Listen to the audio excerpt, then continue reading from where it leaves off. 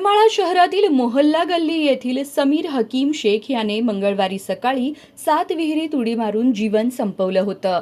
यानंतर मंगळवारी रात्री उशिरापर्यंत शोध घेऊनही त्याचा मृतदेह हाती न लागल्याने पैठणजवळील एकनाथ अंडर वॉटर सर्व्हिसेसच्या पथकाला पाचारण करण्यात आले होते। या पथकाने बुधवारी सकाळी समीरचा मृतदेह शोधून काढला।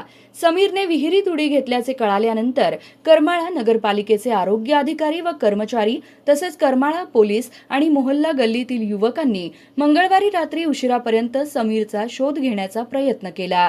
तरीही त्याचा मृतदेह हाती न लागल्याने समीरचे नातेवाईक व मित्रपरिवाराने पैठणजवळील एकनाथ अंडर वॉटर सर्व्हिसेसच्या पथकाला पाचारण केले होते।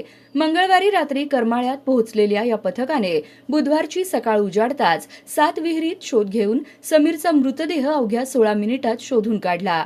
मृतदेह बाहेर काढताच नातेवाईक आणि मित्रपरिवाराने एकच आक्रोश केला।